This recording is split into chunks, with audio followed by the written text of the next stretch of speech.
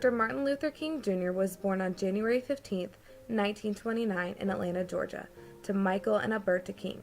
His parents named him Michael King Jr. at birth, but both father and son would eventually change their names to Martin Luther King. Martin Jr., along with his older sister, Willie Christine, and younger brother, Alfred Daniel Williams, lived with their parents and grandmother in a prominent neighborhood in Atlanta, Georgia. Martin Sr. was a disciplinary parent who tried to shield his children from racism. Martin Sr. fought against racial prejudice and discouraged any sense of class superiority within his children. Martin Jr. began his college career at Morehouse at the age of 15. It was at Morehouse College that Martin Jr. would renew his faith and begin his career in the ministry. He graduated from Morehouse College with a degree in sociology and obtained a Bachelor of Divinity degree from Crozer Theological Seminary in Pennsylvania. Dr. King received his doctorate in systematic theology from Boston University in 1955. It was in Boston that he met his future wife, Coretta Scott. Dr. Martin Luther King married Coretta Scott King in 1953. Ms. King was also an American civil rights activist and leader until her death in 2006. They were married until his death in Dr. Martin Luther King Jr. had 4 children: Dexter Scott King, Martin Luther King III, Yolanda King, and Bernice King, with his wife Coretta. Named one of the most encouraging and inspirational preachers of all time from 1960 until his death, Dr. Martin Luther King Jr. was the co-pastor of the Ebenezer Baptist Church in Atlanta, Georgia, along with his father being named senior pastor. The beginning of Dr. King's part in the civil rights movement began with the bus boycott, which was led by the Montgomery Improvement Association, otherwise known as MIA, that made Dr. King their leader.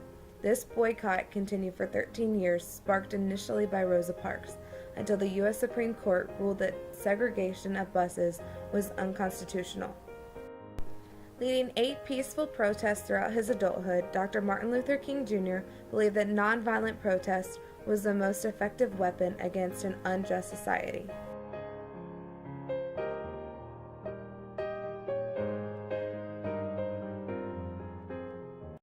Dr. King was attacked many times by people not accepting his views. His house was bombed while he was at Mass. He also received threatening phone calls as well as being stabbed. Walk, walk, I'm gonna walk, walk, I'm gonna walk, walk, I'm gonna walk, I'm gonna talk. We had to march. Selma was a place where people could not register to vote. People had stood in unmovable lines. There was a tremendous amount of fear. I remember so well when we arrived at the top of the bridge. Down below we saw a sea of blue. Alabama state troopers. It'll be detrimental to your safety to continue this march, and I'm saying that this is an unlawful assembly. You are to disperse. You are ordered to disperse, go home, or go to your church.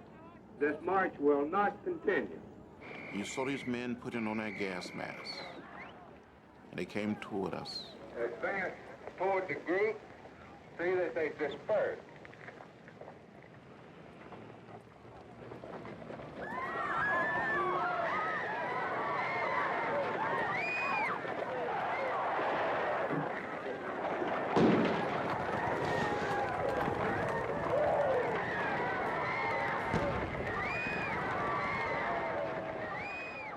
I was hit in the head by a state trooper with a nightstick.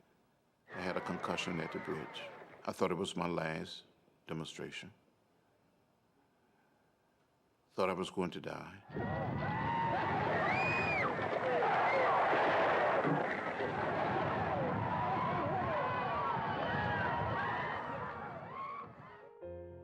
Dr. Martin Luther King Jr. went to jail after hosting protests in Birmingham, Alabama, for the difficult living conditions for blacks in the city. Dr. King wrote a famous letter to the newspaper explaining why he broke the law that stated he was not allowed to protest in Montgomery. Dr. King was also involved in the historic March on Washington in 1963. More than 250,000 people gathered at the Lincoln Memorial to hear Dr. King give his famous "I Have a Dream" speech. This speech brought much attention to the civil rights movement nationwide and worldwide. It led Congress to move more quickly with passing the Civil Rights Acts. This is not the first speech Dr. King gave at the Lincoln Memorial. a dream that one day this nation will rise up and live out the true meaning of its creed. We hold these truths to be self-evident, that all men are created equal. I have a dream that one day on the red hills of Georgia, sons of former slaves and the sons of former slave owners will be able to sit down together at the table of brotherhood. I have a dream. My 4 little children will one day live in a nation where they will not be judged by the color of their skin, but by the content of their character. I have a dream today.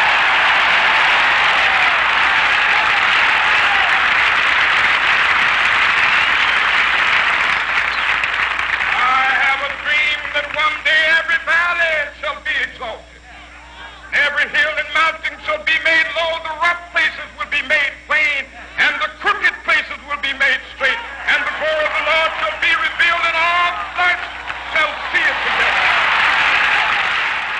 In this speech, Dr. Martin Luther King demanded racial justice for the United States and argued for a more integrated society that saw all people of the nation as being created equal. By 1964, his contributions and efforts began to receive national recognition. At the age of 35, Dr. Martin Luther King Jr.'s role was leader of Southern Christian Leadership Conference, during which he received the Nobel Peace Prize for his nonviolent campaign against racism. He was the youngest person to have ever received this award. He was also on the cover of Time magazine and was named Man of the Year by the magazine as well. Martin Luther King Jr. was assassinated on April 4, 1968, on the balcony of the Lorraine Motel in Memphis. He is seen here shortly before his death. Dr. King and his wife are both now buried at a historic site in Atlanta. Dr. Martin Luther King Jr.'s life legacy has continued to live on in history and impact the world as we know it today. His dream of a better world has come to pass largely in part due to his contributions and willingness to fight for a more just and righteous society. His life and legacy will be remembered.